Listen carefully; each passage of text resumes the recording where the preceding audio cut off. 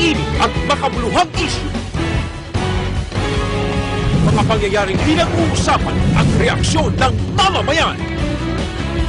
Tatalakayin, lilinawin, kasama ang pinagkakatiwalaan ng sambayanan sa larangan ng broadcast, si Ellie Saludar. Diskusyon,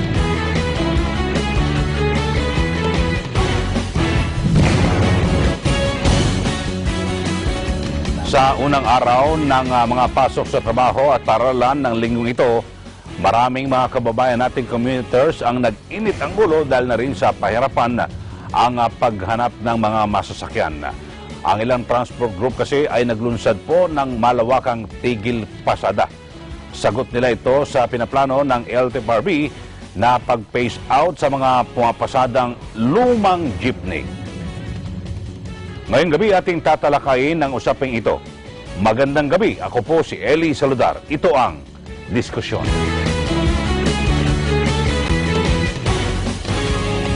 Sa halip na umarangkada, tigil pasadang inilunsad ng mga transport group sa pangunguna ng Stop and Go Coalition. Ito upang iprotesta ang panukalang pag-alis sa mga lumang pampasaherong jeepney.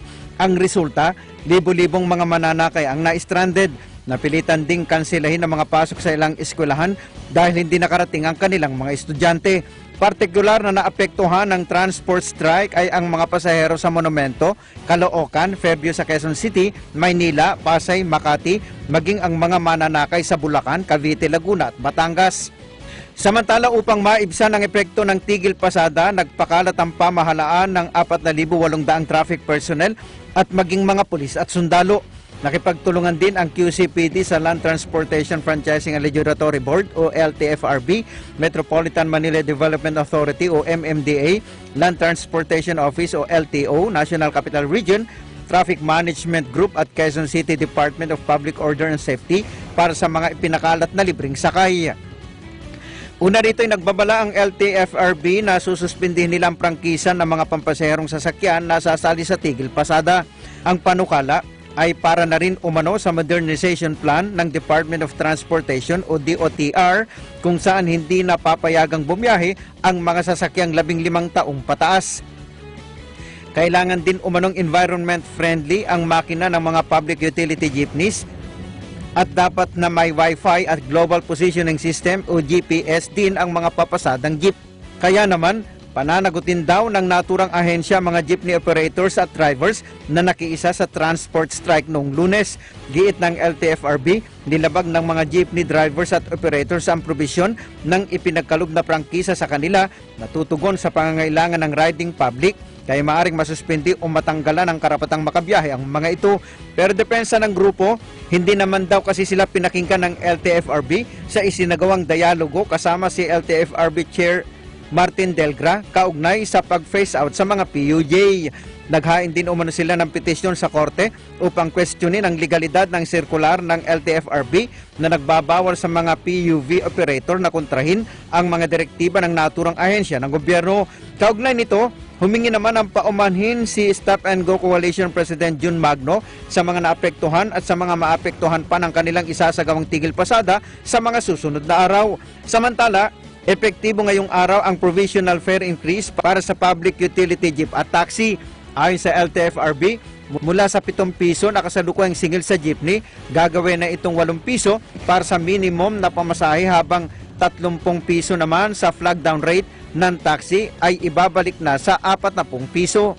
Paliwanag ni Attorney Aileen Lisada, board member at spokesperson ng LTFRB, kung bakit kailangan nilang itaas ang pasahe sa mga pampublikong sasakyan.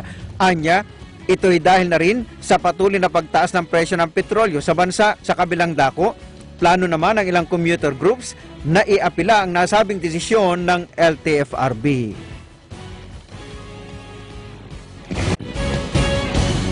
At makakasama po natin ngayong gabi dito sa ating studio si Ginang Jenny Maranan, ang presidente po ng Federation of Jeepney Operators and Drivers Association of the Philippines, so ito pong FEJUDAP.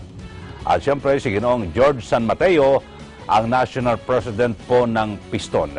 At para po sa inyong katanungan o opinion dito po sa diskusyon, maaari po kayo makasali sa amin. I-like po ang aming fan page sa www.facebook.com/ pages/diskusyon, Twitter @diskusyon. Maaari po mag-text 0905-523-0421, 0939-818-6423. Pero bago po ang ating talakayan, magbabalik ang diskusyon.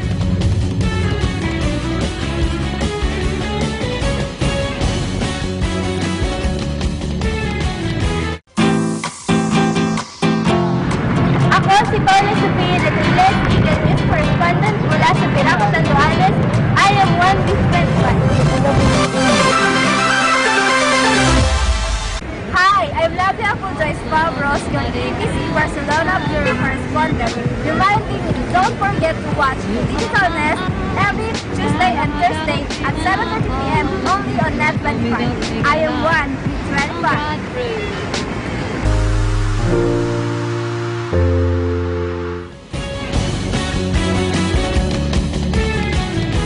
Mawawalan kami ng hanap buhay. Marami kayo, hindi naman basta-basta mapapalitan to na kadalaga eh. Matatagalan to bago mapalitan. Tsaka hindi naman gaganong kalumaan eh. Kahit naman eh, puro mga luma na yung mga jeep pero bago repair naman lahat ito eh. Magagamit pa naman ng maayos eh. Matagal na kasi yung jeep na to eh. Ang gusto nila, unti-unti nilang ipabago lang, pupis out nila para naman yung hanap buhay namin mga driver. Kasi wala rin kaming bigyan man nila kaming trabaho.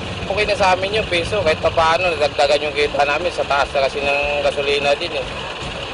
Eh pag bumaba naman, automatic, bababa naman yung pamasahe. Wala naman kami angal doon. Hindi makatarungan nyo kasi pag tinanggal tong pinapeso out nila, kawawa naman kami. Kami maliliit lang kami. Pwede lang dagdagan, wag lang tanggalin. Kasi nagmumukha kaming kawawa eh. Ang masasabi ko naman po kasi sayang naman po kasi yung sasakyan. Yung lumang sasakyan naman eh, pagka nasisira na gagawa naman. Sa amin po, okay lang po yun. Basta yung diesel po, maintenance lang po sa presyo.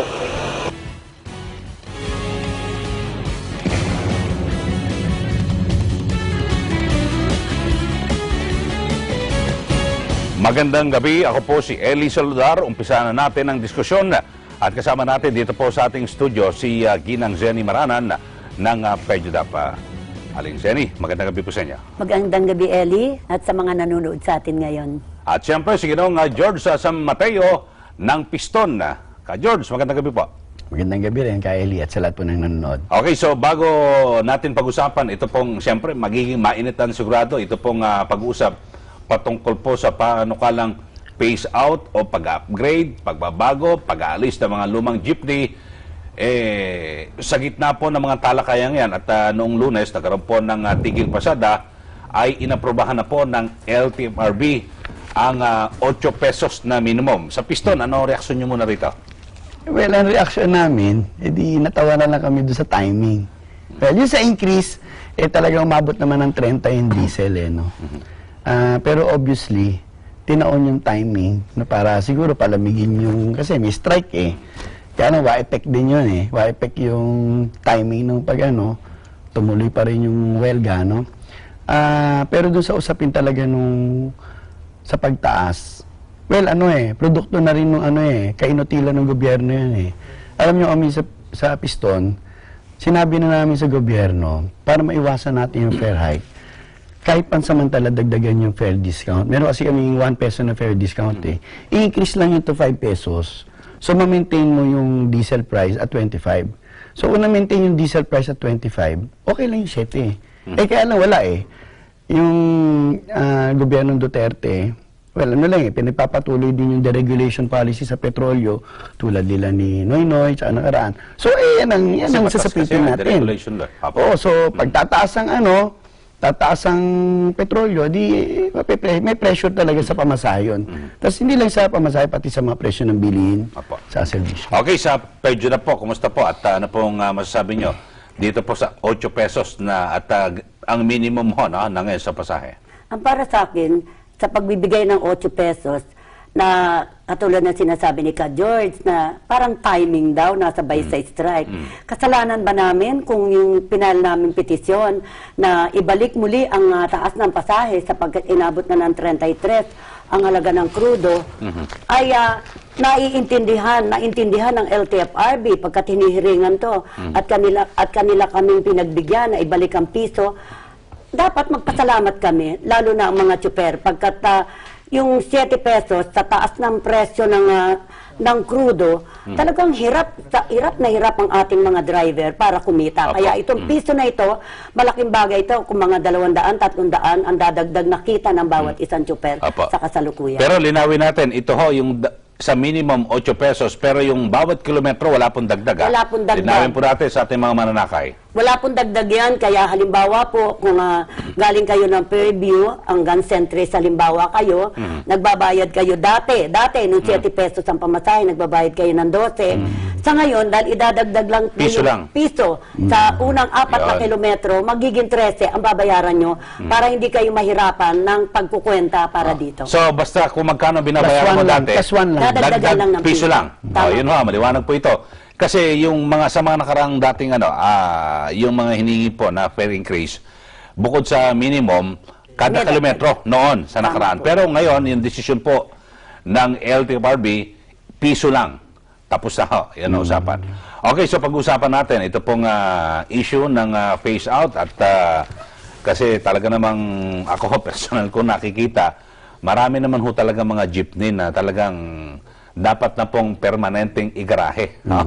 Lalo na sa Maynila, no? At siyempre habang no? Sa Maynila ang dami ho talaga, no, na talagang pag yung mga estudyante na nakaputi.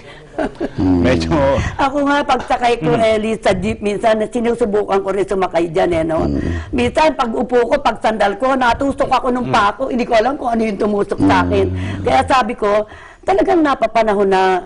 Kasi dapat, kung dumating yung oras na tayo ay nagpalit ng ating sasakyan, magkaroon naman ng tunay na katungkulan ng isang operator. Obligasyon po yan ng isang... Obligasyon na dapat inaayos nila ang sasakyan nila. Huwag yung puro biyahe na lang ng biyahe, tumanggap ka ng boundary, tapos na. Oo, mahirap ka. Pero kailangan mag-segregate ka rin naman pagkat may obligasyon na ibinigay sa iyo ang LTFRB nang bigyan ka ng prangkisa na may katungkulan ka na dapat nagtatabi ka rin ng maintenance para sa kaayusan ng iyong sasakyan. Opo. Okay, sige po. Sa pisto naman. Sige. Well, gusto ko muna linawin, no? Bagamat kami, ang posisyon namin ay no to jeepney phase out, it doesn't mean kinokondon natin yung existence ng mga ganitong klaseng sasakyan. Pero ang gusto ko na sabihin, yung mga sasakyan na to, na pwede pang i-rehabilitate. Pag sinabi i-rehabilitate, kung sira ka, palitan ka. Kung problema yung makina, palitan makina. Kung problema yung chassis, palitan ng chassis. Yun yung sinasabi natin. So, sabihin, nananatili pa rin yung pero jeep mo. Mas magastos din yan. Kung alam mo, ayusin ang kaha. Compared naman doon sa mga tigwa 1.5 na million na mga electric jeepneys, no? Di hamak na mas kaya naman ng mga operator to. Pero balikan din naman natin ang history. Bakit nagkaroon ng mga dilapidated? Problema rin ng gobyerno yan. Kasi napaka-corrupt ng LTO Motor Vehicle Inspection System. Kung tutuusin, kung talaga sila ay sinusunod lang nila yung batas sa inspection, hindi makakalusot dapat yan. Dapat on a case-to-case level, case-to-case basis, na yan, nasawata yan. Kaya ngayon, ang problema, dumami yan. Pero hindi pwede ang solusyon, wholesale. Ang gusto ng LTFR, ng DOTC, wholesale Ang gusto nila, i-phase out yung more than 15 years. Hindi nga yung karag-karag lang Kapag sinabi mo yung more than 15 years, madadamay doon, pati kahit yung hindi karag-karag. Ngayon, kung tatanong mo sa akin, gaano ba karami yan? 99.9% ka-eli. Kasi ang sinasabi ng LTFRB, ang magdedetermine ng year model ng jeep, kasi mga jeep, wala naman yung year model per se, dahil hindi naman yung gawang parang Toyota, Casa. Ang magdedetermine doon, yung oldest component part. Ang oldest component part dyan, yung makina. Wala nang makina below 15 years. Kaya, pag pinatupad mo yung 15-year model, ilang beses na sinabi in public, mula pa ng time nila Jun Abaya, nila Hines, at ngayon nila Tugade, nila Delgra, sinasabi at hindi pwede din na yan, wala talaga matitirang jeep pag gano'n. Ngayon, kami sinasabi namin sa Piston, tsaka sa Noto Jeepney Phase Out Coalition, ang sabi natin, let us allow the operators na i-rehabilitate ang jeep nila. Tapos, higpitan yung LTO Motor Vehicle Inspection System. So, walang makakalusot pag ganyan, di ba? Okay. Wag kasi ang solusyon, sasabihin mo, pangit na kasi. Kaya dapat ito ng mga bago, mga tigba 1.5 million. Pero bakit hindi magkusa yung mga operator na ba't kailang obligahin pa? Kasi ako, natatanda. Kailangan pa maglabas ng data. Ano ka, Eli, kung ikaw ay operator, makikita mo talaga ang problem sa LTO. Ang haba ng pila pag sa inspection. So ngayon, lalapit na ka ng mga opisyal dyan, sasabihin sa'yo, gusto mo na, appearance ka na lang. Ikaw yung pinoprovoke para pasukin yung ganung corrupt na system. At yan, aminado yan, ha? Pero nga, hindi na raw pwede. Sabi ni Presidente Duterte, sampalin mo. Yan nga dyan natin. Kaya nga isabihin, ang burden, nasa estado ang burden. Siyempre, kung ikaw operator ka, mag-spend ka ng mahabang time sa pagpila. Nakita mo kung gano'ng kahaba doon sa East Avenue? Kaya yung mga taxi, ginawa pa na resealing doon sa Taytay eh. Kasi naging pandemonium yung East Avenue na panahon ni Len Bautista pag nagre-resealing ang mga taxi. Okay. So kailangan naman dito enforcement. Yan ang gusto ng gobyerno. Dahil may problema, wipe out lahat yan, palitan natin ng mga mamahali na imported na sasakyan. Tapos ang gusto pa, hindi lang yung simple phase out. Gusto pa i-corporatize. Mamaya tatalakayin ko yun. Okay, na gusto nila fleet management. Hindi na pwede yung mga operator na 1-3 unit. Gusto nila minimum of 20 units. Okay. Sino makaka-afford nun? Di ba? So kaya, maliban sa phase out, may issue rito ng corporatization. Hindi lang yung lumang jeep ang ipi-phase out. Yung small operators, ipi-phase out nila ang ipapalit mga korporasyon na fleet management. Okay, sa parig naman ng PEDURAP. Sa akin naman, Eli, sa akin naman, sa pangunawa ko, lilinawin ko, nandito ako sa bahagi ng naniniwala ako na walang phase out ng jeepney. Sinasabi nila, phase out Na luma. ng bulok. Pero may phase in, papalitan ng bago. Okay. Kaya nga nung yan ay pinag-uusapan during the time of June Abaya, na nasabi nila dapat 15-year-old lahat tatanggalin na. Unang-unang kaming kumontra no, sabihin sa amin yan, hindi kami payag. Tatanggalin mo nang wala kang iniisip ano ang ipapalit mo sa amin, ano ang gagawin mo, basta tatanggalin na lang.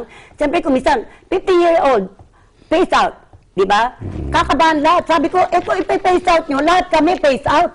Pagkat hindi lang 15-year-old ang mga jeep na naririto, may 30 years na ayos lang ng ayos ng kanilang mga sasakyan, overhauling ng mga segunda manong ipinasok dito, na hindi naman kami ang may kasalanan, kundi ang gobyerno, pinayagan. Kaya huwag niyo sasabing ipe-phase out kami. So pumasok sa amin dyan, Eli, yung salitang, tama, kami ang may dahilan. Dahil ang pinagsimula ng ugat nito, ka Eli, Eli, yung pollution. Opo. Na sabi, uli na lahat ang mga jeep ng pollution. Nag-stop kami dito. Pumuntos kami dyan. Teka muna. Inaamin na namin na kami ang may kasalanan ng pollution. Kami yung nagbibigay ng masamang ihip ng tambutso. Sabi ko ganyan. Pero kung ulihin nyo kami, lahat wala nang matitira. Wala nang jeepney sa kalye. Talagang tinatanggal nyo na kami. Bakit hindi pumapayag naman kami na bakit hindi nyo i-modernize? In a sense na yung salitang modernize, kinakailangan, bago kayo modernize, merong ibibigay ang ating pamahalaan na tulong na pautangin ang ating mga operator na maliliit. Kung sasabihin ni Ka George na mahihirap yan, bakit hindi ipagawa? Tulad na sinabi mo kanina, bakit inayaan pa nilang dumating ang isang batas bago mo gawin? Kaya nga iniisip namin kung paano tutulungan. Pagkat inaamin naman ng mga operator na maliliit na sila ay kulang sa pananalapi para makakuha ng isang bagong sasakyan. Pero bakit ho kaya? Kasi ako, natatanda ko nung ako estudyante, high school hanggang college, natatanda ko lahat ng mga jeepney noon, pagandahan Tama. Talagang lahat pabonggahan at yun nga, sumobra nga lang, ang lalakas ng estéreo. Pero pagandahan, paramihan ng burloloy, tapos yung mga drivers, puting, noon pa, pamada pa, hindi pa gel Hindi, talagang naka-almirol pa yung mga... Hindi, naipansin. Pero ngayon, naikukumpara ko lang ngayon, parang bumagsak po, no? Parang yung quality at ng serbisyo At yung mga driver, kumisan, nagme-mekaniko, tapos hindi man lang napag-ugas na, diretso pasada na. So, parang nag-iba pong serbisyo ngayon, na samantalang dapat to, mas makabago tayo ngayon, na panahon, bakit ho ganon? Well, actually, alam mo, natatypecast lang kasi yung commonly na nakikita natin, no? Pero pag tinignan mo sa ruta, ibang ruta, maraming magagandang jeep, no? Sa Rizal, makita mo sa Montalba, kaya matutulin. Ito naman yung matutulin, pero nakita mo naman, mga bago, mahahaba pa, no? Kaya hindi naman yan totally lahat. Hindi naman yan totally lahat. Kaya ang sinasabi natin dito, ang wastong plano rito is rehabilitation. Rehabilitation. Tapos yung sinasabi na, alam mo, natatawa nga sa LTFRB, sabi na, hindi natin ipe-phase out yung jeep, bumalay, ipe-phase out natin. Nakita mo ba yung pinopropose nilang bago? Nakita mo ba yung pinopropose nilang bago? Hindi naman jeep yun eh. Sino mag-imagine na jeep yun? Ang jeep na naagis na natin, yung sinakyan ni Pope. Di ba? Nakita mo ba yung dumating si Pope? Nag-igawa ng custom-made. Jeep talaga yun. O, dumating yung mga Miss Universe, nagpapapicture sila sa jeep. Yung mga nasa postcard natin. Yung pinopropose nila, mga electric vehicle na dinidisguise as jeep. Malayo-malayo na siya. Malayo-malayo na siya doon sa classical jeepneys natin. Ngayon, ako ito na sinasabi ko. Yung mga small operators natin, hindi yan kakayanin for so many reasons. Ngayon, hindi ko sila i-blame. Paano ko sila ma-i-blame? Taas ng krudo. Tapos, may jaw ka pa. Yung jaw, isang banat lang sa'yo ng 5,000, tudas na kagad ng pang-maintenance mo eh. Paano ka makakaipon? Alam mo ka, Elia, sa petrolyo pa lang, at 4 pesos baht per liter, at 30 liters per day, yung mga jeepney drivers sa buong bansa, nag-aambag ng almost 35 to 40 million pesos a day sa government coffers. Imagine mo yun, ha? Wala pa dyan yung common carrier tax namin. Pero wala kaming natatanggap na serbisyo kapalit nun. Yung huge taxes na yun. Ngayon, kung sasabihin ng gobyerno, o sige, isubsidize namin. O kaya, partly subsidize namin, magpalit kayo ng makina. Ako nga sabi ko kung gusto natin, balik tayo sa gasolina Kasi original pa naman ang original naman na makina ng jeep, gasolina Kaya lang naman naging diesel yan. Noong panahon ni Marcos, pinag-convert sa diesel dahil doon sa Middle East crisis. Okay. Pero di ba, siyempre, mas gasolina, kaya pinayagan pumasok yung mga surplus. Correct. So, nung pumasok yan, government din nag-engineer ng pagpasok ng mga surplus na diesel. Ngayon, nung time na yun, hindi yan pinapansin kasi wala pang Clean Air Act. So, pinatupad yung Clean Air Act early 2000. Tapos, ang kawawa yung end user. Kaya nga sabi ko, hindi ito makatarungan. Hinuhuli natin yung mga operator na smoke belching, pero yung mga makina na yan, ay produkto yan ng importation ng gobyerno na ginawa tayong tambakan ng mga surplus ng makina. Bakit? Wala namang brand new engine na mabibili mo na engine Alis, bumili ka ng Fortuner, pagdating dito, katayin mo yung makina, ilipat mo sa jeep, at yung makina ng jeep ang ilagay mo sa Fortuner. Sino naman baliwang ang gagawa nun, di ba ka, Eli? Sige, sa budget of the man, ano ba sabi niyo rito? Kasi parang, ako ang obserbasyon ko, parang bakit parang bumagsak ko yung quality. Kasi, ang bilang isang... Ang tunay na pagbaksak niyan ay talagang nahihirapan na ang mga operator sa kanilang pag-maintain ng mga sasakyan. Talagang hirap sila kaya bumaksak. Dahil sa kahirapan din ng mataas sa mga bilihin, mataas yung pyesa, mataas yung gulong lahat. Parang hindi na nila nakaya. Ang napupuntos na lang na ang paghahanap buhay ng isang jeep ay na nagkakaroon ka, para buhayin mo ang pamilya mo na makapag-aral ito, maibigay mo lahat yung ano. Pero ganun pa man din, yun yung katwiran natin na katotohanan. Pero kung minsan, dapat ihanda rin naman natin ang ating sarili para dito. Kasi yan nga, dumating ngayon yung pagkakataon na nagbibigay ng batas na kung sasabihin, kung talagang gusto nila, wala tayong magagawa. Dahil sa wala kang magagawa, ano ngayon ang gagawin mo? Yung sinasabi ni Ka George, na in fairness naman, na nandyan ang electric jeep, kasi 3 bagay, to modernize ang jeep mo, 3 bagay ang dapat mong magamit. Isang electric jeep, na kaya na pumasok yung electric jeep na yan, pagkat gusto nila, walang pollution na lumalabas. Di ba? Okay. Nandyan yung LPG, nandyan yung Euro 4. Ang Euro 4, parang kamukha na ginagamit ngayon na diesel din. So, hindi naman sinabing, doon ka na pumunta sa Egypt na napakamahal, o pumunta ka sa LPG o sa Euro 4. Pero kung ikaw, dahil kami, nasanay kami sa diesel, siyempre Euro 4 ang pupuntahan namin. Pero ganun pa man din, hanggang ngayon, kahit sinasabi yan, wala pa rin mga makina na nandito para maganap yan. Kaya ang kailangan dito, pakikipag-ugnayan sa LTFRB, DOTR, na paano gagawin nyo sa amin kung wala pa yan. At yun nga, yung hiniling namin na pautangin kami. Na sa katotohanan, Eli, matatanong mo yan sa wild country dito sa may Cavite, no?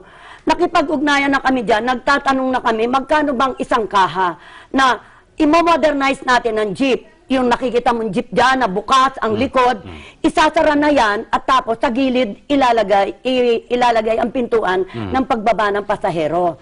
Yan yung iniisip ngayon. At sa likod, dahil jeep nga ito, merong chance na kung magkaroon ng aberya, pwedeng buksan kagad yan in case of emergency. Dalawang bagay ang pakinabangan dito. Tinuruan mo ang tsuper na ibaba ang pasahero sa tabi. Tinuruan mo rin ang pasahero na hindi siya basta tatalon pag nagsabi siya ng para at nasa gitna at tumalon siya, bumaba siya, kumahagip siya ng jeep.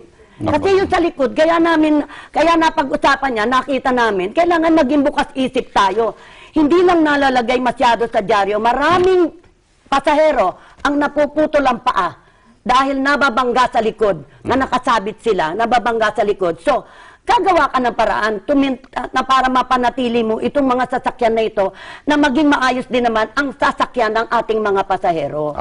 Okay, sa pagbabalik natin, pag-usapan pa natin yung isyong yan, ano ba yan, modernisasyon, phase out, etc. Pero importante ho rito ay mapagbuti po ang serbisyo sa mga mananakay. Yan po pag-usapan natin sa pagbabalik ng diskusyon.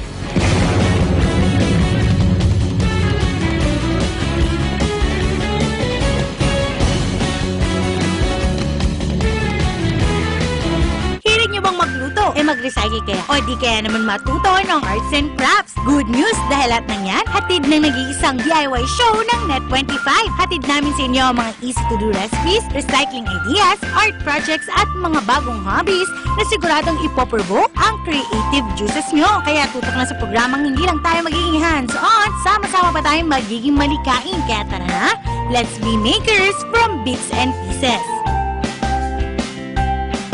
Eagle News International Edition, Monday to Friday, 9 to 10 p.m.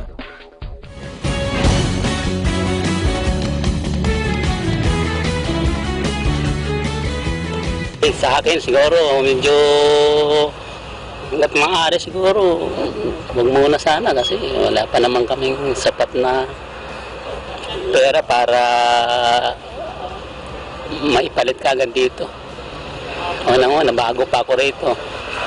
Bago lang ako din na nagkakaroon ng dito sa asosasyon. Kaya hindi ko pa alam din yung kung paano gagawin ko eh. Yung kasi yung mga jeep, matitibay naman yan. Kung ano yung sira dapat. Diba, umabot na nga ng mga 30 years yan. No? Tulad ng in-interview yung kanina, may 30 years na, maganda pa rin. Dapat ano lang, kung sasakyan mo, bulok yung ka, palitan yung ka, di ba? Kaysa naman yung gusto nilang ipalit, parang pang 5 years lang yata yun, o 10 years. Kung talaga hindi na pwede, yun ay out, hindi yung lahat ng jeep. Yung ano na, yung lumang-luma, yung kumbaga meron silang quality control na ito hindi na pwedeng ipasada kasi kung binabasihan lang nila yung mga 30 years na, 20 years. Kasi nga, yung sinabi ko kanina na kahit 20 years na siya, kung ikaw operator na kung may sira, kahit umabot siguro ng 100 years yan, hindi maluluma yung sasakyan mo. Hindi naman po dapat. Kasi kawawa naman, mawawalan sila ng hanap buhay. Marami magugutom. Buti kung walang mga pamilya. Okay lang yun. Luma na yung jeep namin para mapalitan ng bago. Hindi naman, depende na sa operator. Kasi yung mga operator naman, may boundary naman yan, may maintenance. So okay lang na mapalitan yung mga lumang jeep. Pero kailangan, yun namang ginagawa nila na paghihigpit sa mga PUJ. Kasi ito na lang yung sariling gawa ng Pilipino eh.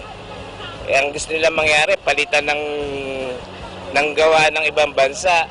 Wala na tayong trademark. Wala na tayong kalesa. PUJ na lang ang trademark natin. Wag naman sana nating tanggalin yung trademark nating mga Pilipino. Ito na yung pinakamababang klase ng uri na binibigyan nila ng kita. So naman kayo nakakita ng nagsaservisyo kami. Tao sakay namin, ang pamasahe namin, 7 peso.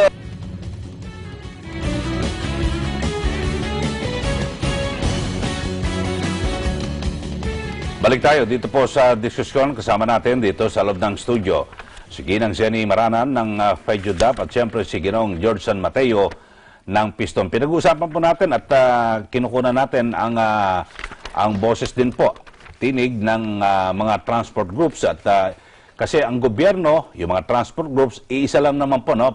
Pati tayo, iisa lang ang misyon, mapagbuti ang serbisyo sa taong bayan, lalo na po ang mga mananakay. Ito isa dahil na rin sa kawalan yung tinatawag na mass transport system dito po sa ating bansa. So, yung pinag-uusapin, pinagdidebatihan, yung forma, yung dito na ibubuksa sa may bandang kanan para sa gilid, wala naman. Alam mo sa amin, Eli, sa amin, minor issue yun. Mas ang concern pa namin talaga is yung pagpipilit na mag-acquire ka ng mga bagong sasakyan ng mga mahal. Mas yun pa yung problema sa amin Yung kasalukuyan jeep, pwede rin naman namin convert na yan. Pero sa inyo ba, sa Piston, ano bang gusto nyo talaga? Yung paano may upgrade? Kasi talaga dapat na i-upgrade. Ang upgrading lang naman simple. Or i-modernize. Ang upgrading lang, simple lang. Kung sa layman's term, i-repair yung sira. Yung hindi sira, ba't mo i-repair? Pero kung buong jeep na ang sira, papalitan na. Ang point lang natin, gawin natin option yun huwag natin gawing mandatory kasi alam mo, itong problem ka, Eli. Ang sukatan ng gobyerno, year model. Establish muna natin yun, Okay, Kasi marami nagsasabi, hindi naman karag-karag pwede tayo mag-speculate all we want, pero nakalagay sa papel, ito nakalagay sa papel. At yun ang pinagbabatayan ng posisyon namin. Ang sinasabi ng gobyerno, 15-year model. Punta ka sa Hong Kong, punta ka sa Japan, makita mo yung mga taxi nila, mga box type pa 90s Sa Hong Kong nga, box type din yung taxi pero, pinapace out ba? Hindi. Wala sa year model. Nasa individual na kondisyon ng sasakyan. Okay. Pero ang gusto ng gobyerno, 15-year model, assumption na nila, luma na yan. Yung 15-year model. Kaya kailangan, bago mga sasakyan na initsurang jeep. Pero hindi siya jeep. Hindi siya jeep as we know it. At natutuwa nga ako doon sa sinabi mo, na gusto mo ma-maintain yung jeep as paano natin siya nakilala. Kasi basta nakita natin yung forma. Diba? Ayusin lang. Diba? Kung kalbo gulong, edi palitan ng bago. Yung chassis, kung siraan yung pang-ilalim, ayusin. Tapos, siyempre, ang enforcement dyan, sa motor vehicle inspection. Okay. Yun, wala tayong problema roon. Ngayon, ako ganito, Ako, hindi ko pinipilit yung ibang grupo ng transport kung gusto nila yung bago. Choice nila yun, pero wag natin isulong mandatory. Okay. So, mandatory, may problema tayo doon pag gano'n. Kasi tatamaan kami. Sa FEDUDAP, bakit parang magkaiba ho kayo ng posisyon dito? At siyempre, pare-pareho naman na jeepney, ang ating ginagamit pang serbisyo sa taong bayan. Pagkat malinaw sa amin, sa FEDUDAP, sa akin, na wala talagang phased out ang aking pangunawa. Kundi palitan lang talaga. Aminin natin yung katotohanan. Huwag tayong maging parang ipinagpipilitan natin ng isang bagay. Aminin natin na marami na talagang lumang sasakyan. At hindi naman natin pinupulaan yung mga operator na yan dahil alam naman natin kung anong pagkukulang sa kanila, kung bakit nagkakaganyan. Kaya nga, gumagawa ng paraan sa tamang pakikipag-ugnayan sa pamahalaan na tulungan tayo na makautang sa bangko. Alam namin, pagpasok sa bangko, sinabi na kagad namin, Eli, na hindi kami papasa dahil sa requirement lamang ng bangko, walang operator na papasa. Walang, kahit 3 pa jeep mo, kahit 5 pa jeep mo, hindi ka papasa dyan. Pagkat sobra-sobra ang kanilang pero, nasa gobyerno ngayon, nasa kanila ang So, gagarantihan niya ng gobyerno? Yes, garantihan nila pagkat pwede na mailagay sa kasunduan na pag hindi ka nakabayad ay batakin ang sasakyan mo. At naniniwala ako na kahit mahirap ang isang operator, hindi siya papayag na hindi siya magbabayad ng kanyang uutangin na sasakyan pagkat pangkabuhayan niya ito. Opo. Yun ang aking pananaw. Okay, so parang lumilitaw, lahat ba ng mga taga-piston, mas luma yung mga jeep? Hindi, pares lang naman kami ng mga jeep eh. Pares lang. Halos lahat eh. Ano na yan eh. Kahit anong asosasyon. Pero alam mo, ang jeep, marami ang jeep. maraming maganda, maraming luma. Ganun lang naman yun eh. Kahit sa mga pribadong sasakyan yan eh. May luma, may bago. Pero pinupuntos natin dito, yung pollution. Kung titignan mo, kung hindi talaga tayo magsisikap at makikiisa rin na magsikap tayo na gumawa tayo ng paraan para sa ikaayos ng ating bayan, mamamatay na tayong lahat dyan para dyan. Sa 2005 pa pinag-uusapan yan. Okay. Pero sinasabi, gagarantihan naman ng gobyerno. Paano mangyayari sa mga luma? Paano ang luma, yun ba magiging parang collateral? Ang pakikipag-ugnayan din namin, hindi, gigibain na talaga ito, junk na ito, ang makina tutunawin na. Pero nakikipag-usap pa rin kami sa gobyerno na sabi namin, kung maaari, magbayad pa rin kayo ng halaga upang parang ito na yung pinaka-down payment namin.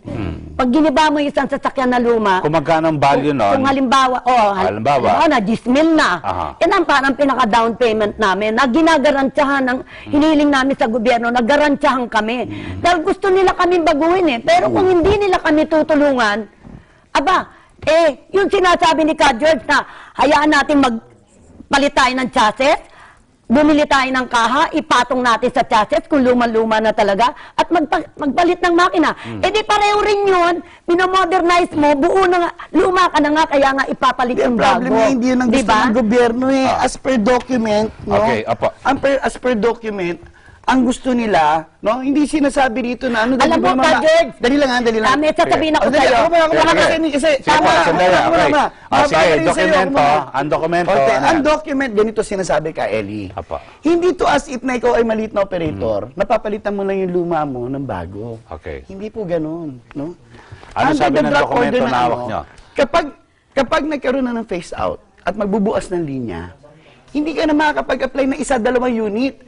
20 units ang minimum. Come 2018. Pagdating mo ng 2019, you have to increase it to 40 units. At hindi ba pwedeng halimbawa, yung mga operator mag-uusap-usap, gawin natin korporasyon? Pwede. Actually, yun na nasa idea ng DOTC. Okay. Yun na nasa idea nila. Pero sa actual na buhay, that cannot happen. Hindi kakayanin kahit mag-ambag-ambagan sila ng pondo na. Dahil ang mamahal na unit at hindi sinasabi sa order, hindi sinasabi dito sa draft order na itong jeepney ay pananatiling pa rin sa kamay ng maliliit na operator. Walang ganun rule. Kaya kung ako let's say, isang malaking bus company, papasukin ko yun. Kasi malalim ang bulsa ko eh. Ako na lang kakausapin ng gobyerno, sabihin ko sa gobyerno, ako papasukin ko yan, 20 units kagad yan. Meron kaming alam mo, yung minimum capitalization, sa ngayon ang mga small operators, pag nag-apply ka ng prangkisa, o nag-operate ka, ang minimum capitalization mo, 10,000. Dito, 7 million. Yun yung corresponding. Kasi ang balak ng LTFRB, 10 units per franchise. 10 units per franchise. So, para makapag-apply ka, kailangan meron kang 2 prangkisa. Sa minimum yon. Sino maliit na operator na makakaya nun? Kaya, alam mo na ang direksyon. Papunta ito sa corporatization. Ngayon, ano epekto sa mananakay? Matinding epekto nito sa mananakay. Pag ang jeepney industry, ano man palitan mong unit, klase na unit dyan, tatawagin mo pa rin jeep, no? Sa actual, pag yan na, mga multimillion yan, at korporasyon na magpapatakbo, huwag ka nang umasa ng pamasahe, 8 piso. Kasi mga korporasyon, babawi yan ng mabilis na return on rate investment. Tandaan natin, pag korporasyon yan, ang patakbo, super profits ang habol niyan. Kasi mamahal yung mga sasakyan eh. Dapat maunawaan natin yun. Alexander, yung sinasabi ni Ka George sa dokumento, ano ba talaga kasi draft to at sa nakarang administrasyon to? Sila ay may nahawakan. 2016 to. Tugade Technical Working Group na draft to. Para ma-establish lang muna. Kung kayo ay may nahawakan na dokumento na ganyan ang sinasabi, bakit hindi tayo ngayon magsama-sama at mag-usap at linawin sa kanila kung ito'y may katotohanan?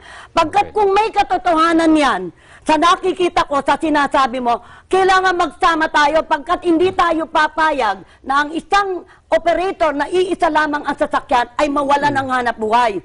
Yun. Kesa yun, dadaanin mo sa tigil pasada na pinerhisyo natin ng mga mananakay, huwag ka namang magtatampo sa akin, Ka-George, tal binanggit ko ang tigil pasada. Ginawa niyo ang tigil pasada dahil dyan, tama. Gusto niyo lang malaman nila. Pero, naperhisyo natin ng tao. Pero bakit hindi tayo nag-usap-usap at pinagsama natin yan at pinakita niyo na? Ito na ang nangyayari samantalang walang sinasabi ang DOTR. Kung ikaw ay nakakuha at sa amin ay hindi ipinaparating, dapat maintindihan ni Secretary Togade na ipatawag tayong lahat at linawin niya lahat yung bagay na yan. Pagkat ang ipaglalaban natin dito bilang leader tayo na mga samahan ay ang tulungan itong maliliit na single proprietor na operator. Okay, sandali lang ha. Uminit na mga issue natin pero talagang lahat tayo ay gusto nating mapaayos yung serbisyo sa mga mananakay. Pag-usapan natin yan, may mga reaksyon na rin po yung ating mga texter, mga ating mga manood sa pagbabalik ng diskusyon.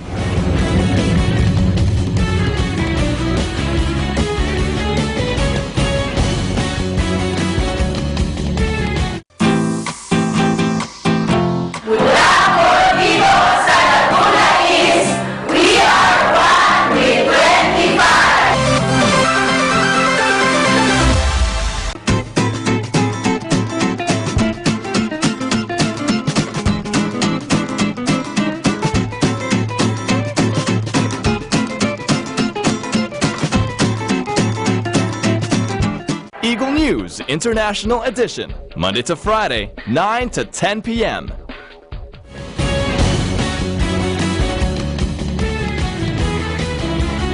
Talagang gusto namin madagdagan kasi tulad niyan, napaka-mahal na ng gasolina tapos nandito pa kami sa school, puro 6 na lang halos yung pamasahe.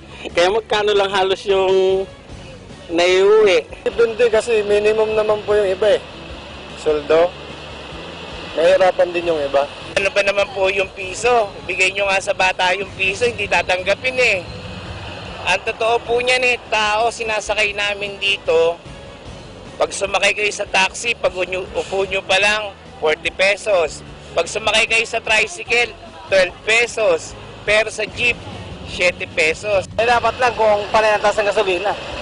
Kung natural lang naman, hindi dapat magtaas.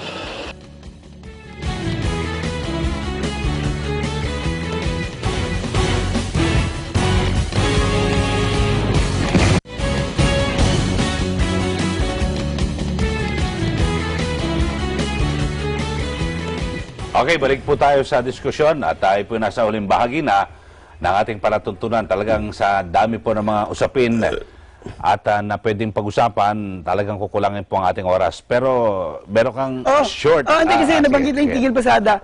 Huwag naman natin isipin na para bang kamuat-muat, nagtigil pasada tayo kagad. Hindi po. Bago din namanting sa ganon, katakot-takot na sulat na binigay natin sa DOTR tsaka sa LTFRB, sa LTO, kasi August pa to Pero hindi sila sumasagot. So, sumagot na sila na sabi nila, wala pa yan. Nung nagprotesta na tayo tsaka nagwelga. Ako lang, ang comment ko lang kay Ma'am Seni, huwag naman tayo masyadong doon sa strike, anti-strike. Kasi kayo naman, nagwelga rin kayo Nagwelga rin kayo Huwag naman, dahil kami ang nag-strike para mali, pero pag kayo nag-strike, okay. Hindi gano'n, hindi dapat gano'n. Hindi naman gano'n. Diba? Kaya nga sabihin, bawat issue, kung nag-strike tayo, may issue yan, hindi tayo nag-strike out of kapritsyo. May batayan. Kailan ba mag-strike na sabay-sabay kayo? Well, pwede kami mag-strike. Magsasabay-sabay kami, pagtatanggalin talaga ng kabuhayan itong mga operator na maliliit. Okay. Samantala, meron tayong texter mula kay 1935. Bakit hindi nyo ipatupad yung dress code sa mga driver? Ano ba? Alam mo, sa katotohanan, kung mapupunta ka sa lugar ng Kamaynilaan, sa ating pamumuno ni President Mayor Erap, kami na mismo ang nagsasabi kay Direktora Dennis Alcoriza ng MTPB na kung maaari ay simulan na ito pagkat nawawala na yung pagiging sweet lover ng ating mga driver Pero alam mo, ang may kasalanan dito, alam mo kung sino? Ang mga enforcement. Ayaw nilang hulihin, ayaw nilang pansinin. Iba ang tinatanaw nila. Maraming batas na dapat ipatupad para maturuan tong mga driver na ito. Kaya nawawala ng disiplina Dahil ang may kasalanan, enforcement. Huwag mo sabihin hindi natatakot ang driver sa isang pulis na naka-uniforme. Pero paano matatakot sa iyo kung dadaanin mo sa dress code na lamang, napakamura na lamang, nakukuha ka sa halagang 50 pesos.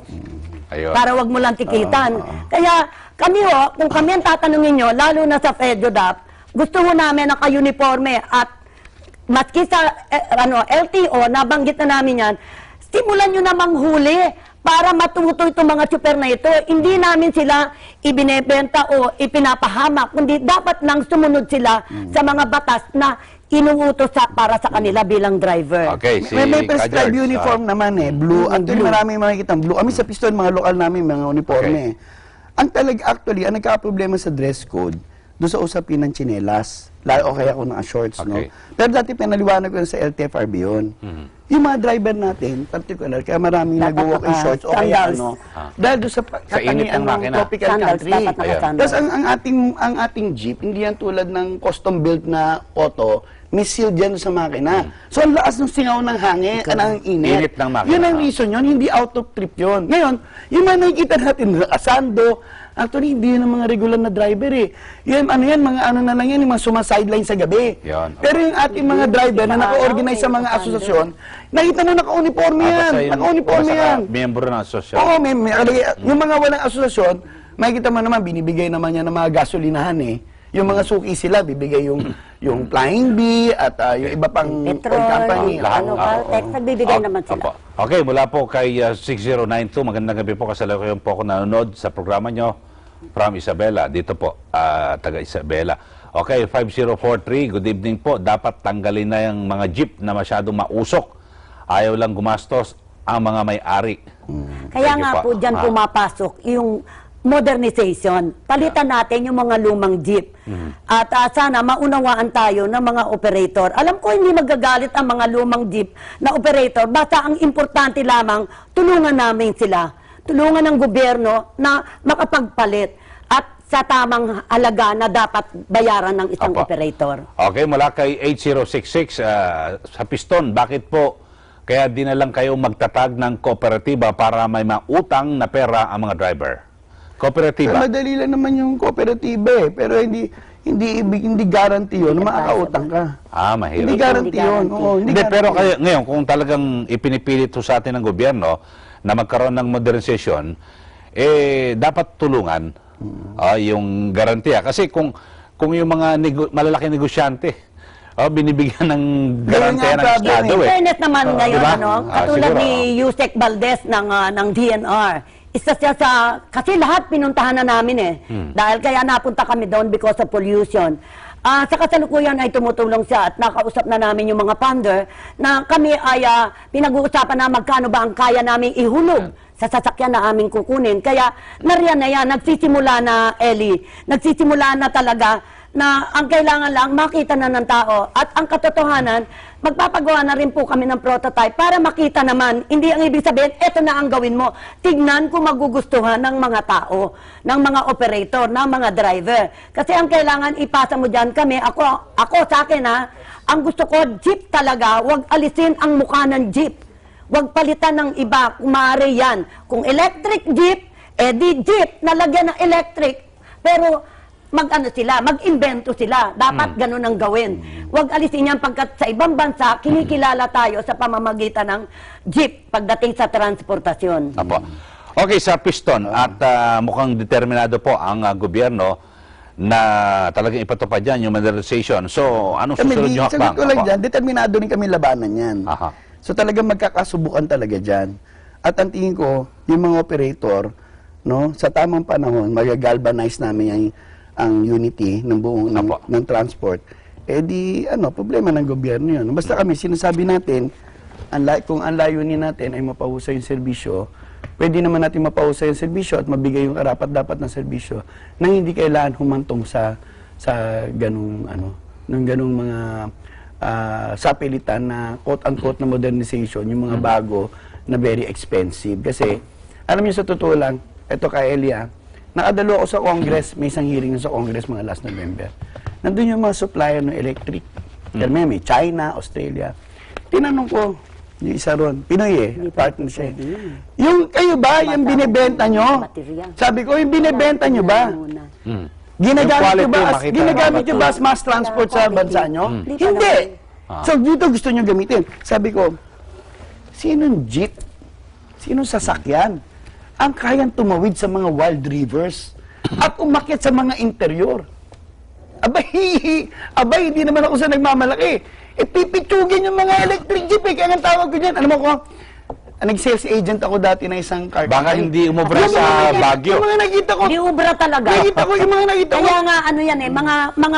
Sa mahinang klase dapat. Alam mo yung nakita ko mga nilalako ni Obet sa TV? Yung Comet, yung kay Lando, yung Solar.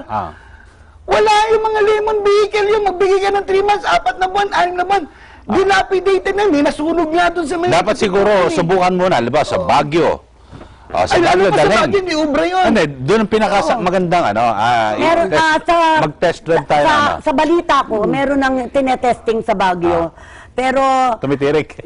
Tinetesting pa rin nila, tinitignan nila kasi ang usapan dyan, kung sakasakaling dumating talaga, hindi naman para sa lahat. Kasi mabisyo rin ang isang operator May operator na gusto maganda, di ba? Kung kaya niya, go. Kung di niya kaya, hindi pwede pagpilitan. Pero performance important. Let us not imagine na yung electric na jeep or whatever vehicle yan, ay tatakbo yan pa ng MRT o tram. Dahil yung mga tram at mga MRT, ang source of power yan nandun sa may kable yan. At may power source yan, ito battery lang. Hindi yan kayang umakyat. At duda ko kung kaya niyang pumasada sa baha. Ang tanda mo, ang Pilipinas ay flood prone at mountainous. Baka makuryente pa tayo. Delikado pa yun.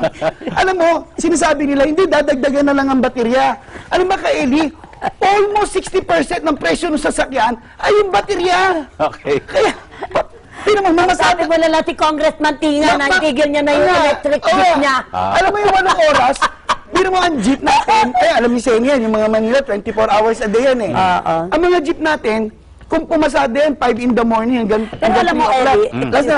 Yung mga electric jeep, magpabiyaya ng 8 hours, din charge mo ng 12. Paano kakikita mo? Alam mo, Elite, sa katotohanan, kung pag-aaralan mo, ang takbo ng public utility dito sa atin, lalo na sa jeep, ang talagang kailangan ay yung jeep talaga, galvanized. Bakit? Upang tumagal. Kung ilabas man nila ang batas na 15-year-old, makakapag-ipon ka para pag dumating ang 15-year-old, pwede ka na uling bumili ng sarili mo para palitan to. Kasi kung minsan ang batas, ginagawa nila sa akala nilang makakabuti. Kung magiging mabuti naman, parang natuturuan natin ang mga operator na talagang pangalagaan at pagdating ng oras, paghandaan, pagdating ng 15-year-old, ika-16, bibili ka na ng jeep na naman. Magiging maganda parati ang ating kapaligiran, lalo na mga sinasakyan ng ating pasahero. Okay, so sa ating pagtatapos at baka si Aling Zeni muna, ano ang inyong pong mensahe sa ating mga kababayan, lalo na po yung mga mananakay na mga jeepney, yung mga tumatangkilik po sa inyong sektor? Ang hiling po namin sa inyo, bagamat nakikita nyo kami rito ay nagtatalo-talo, kung minsan, may kanya-kanya po kaming pananaw. Pero iisa lang ang hangarin namin, ang wag pong mawala ng hanap buhay ang maliliit na operator na nagmimintena ng isang sasakyan. Ngunit, ang pakiusap ko naman sa mga operator na mga bulok na yung sasakyan natin, kasi ako may bulok din ako sasakyan kailangan talaga pong magpalit tayo. Kung bulok naman. Ngayon, kung talagang bulok ka, kailangan magpalit. Pero, ang kailangan ng pagtulungan namin dito ni Ka George, paanong paraan namin sila matutulungan na magiging maluwag para sa kanila. Dahil wala ko silang pan-down payment, wala ko silang pambigay ng eto na ho yung paraan. Para pag ginulugan namin sa bangko, kayang-kaya na, kumikita ka na, nakapaghuhulog ka pa, nabubuhay mo pa ang pamilya mo. Doon tayo dapat tumutok upang nang sa ganon, yung tinatawag na modernization ay matutuloy at tinitiyak ko sa inyo, hindi po kami papayag na i-phase out kayo. I-phase out kayo na bulok, pero papalitan ho kayo ng bago. Ipe-phase in naman ang tawag ko dyan. Yun lang po. Apo, salamat po kay Alex yan. Kay Ka George. Well, alam niyo, panawagan ko lang sa mga driver, operator, at mamamayan. Paganda natin, desidido yung Department of Transportation, ipatupad itong so-called modernization sa 2018. At gaya ng pinaliwanag ko, batay sa dokumento ng DOTR, hindi lang lumang jeep ang mape-phase out. Mape-phase out ang mga small operators. Mape-phase out ang mga asosasyon nila, papalitan ng mga fleet management corporations. Kaya pagandaan natin to, mga kasama, at ako'y nananawagan, magkaisa tayo, at sa mga darating na araw, ay magkakasa tayo ng malaking aktibidad. No? At iimbitahin natin pati mananakay. Ang mananakay, dehado rito. Sa totoo lang, with all due respect kay Ma'am Seni, ginagalang ko naman yung kanya interpretation. No? Kasi ako nag-interpret ako rito. Okay. No? Hindi makikinabang dito ang taong bayan. No? Makikinabang dito yung mga supplier ng sasakyan, yung mga bangko na makikinabang sa interest dito, no?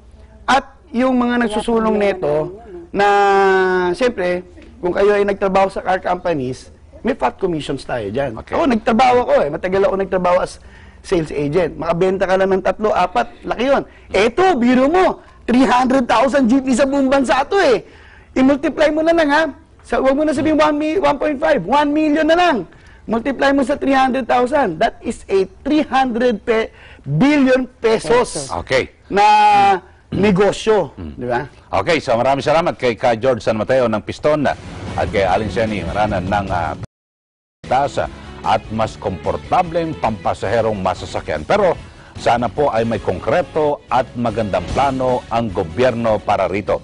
Saan nga naman agarang kukuha ng pera yung mga kababayan natin na maapektuhan ng naturang jeepney phase-out. Lalo na po ngayon na problema din dito sa ating bansa ang kawalan ng mapagkakakitaan. Kaya naman di rin natin masisisi yung na mag-ingay upang marinig ang hinaing ng mga transport group na kinabibilangan nga po ng mga operator at gayon din ng mga drivers. Mayroon din namang kanya-kanilang pamilya ang mga ito na umaasa lang sa pamamasada ang ipinambubuhay sa kanilang pamilya. Pero sa kabilang banda, sana po ay huwag namang makapinsala sa publiko ang mga kilos protesta kaugnay ng ipinaglalaban ng mga nasa hanay ng grupo ng transportasyon. Ang apektado kasi rito ay di lamang po ilan kundi ang karamihang mamayan na dapat sana ay di nababawasan ang kikitain o sweldo kung nakarating sa tanggapan o kumpanyang pinapasukan, idagdag pa ang mga estudyanteng naapektuhan. Ang sagot lang naman ay ang patuloy na dialogo ng dalawang kampo at may mailan na tulong ang pamahalaan di sa makasariling interes. At sa panig po ng Transport Group, sana lalo pang mapagbuti ang serbisyo sa taong bayan. Muli, ako po si Eli Saludar, ito ang Diskusyon.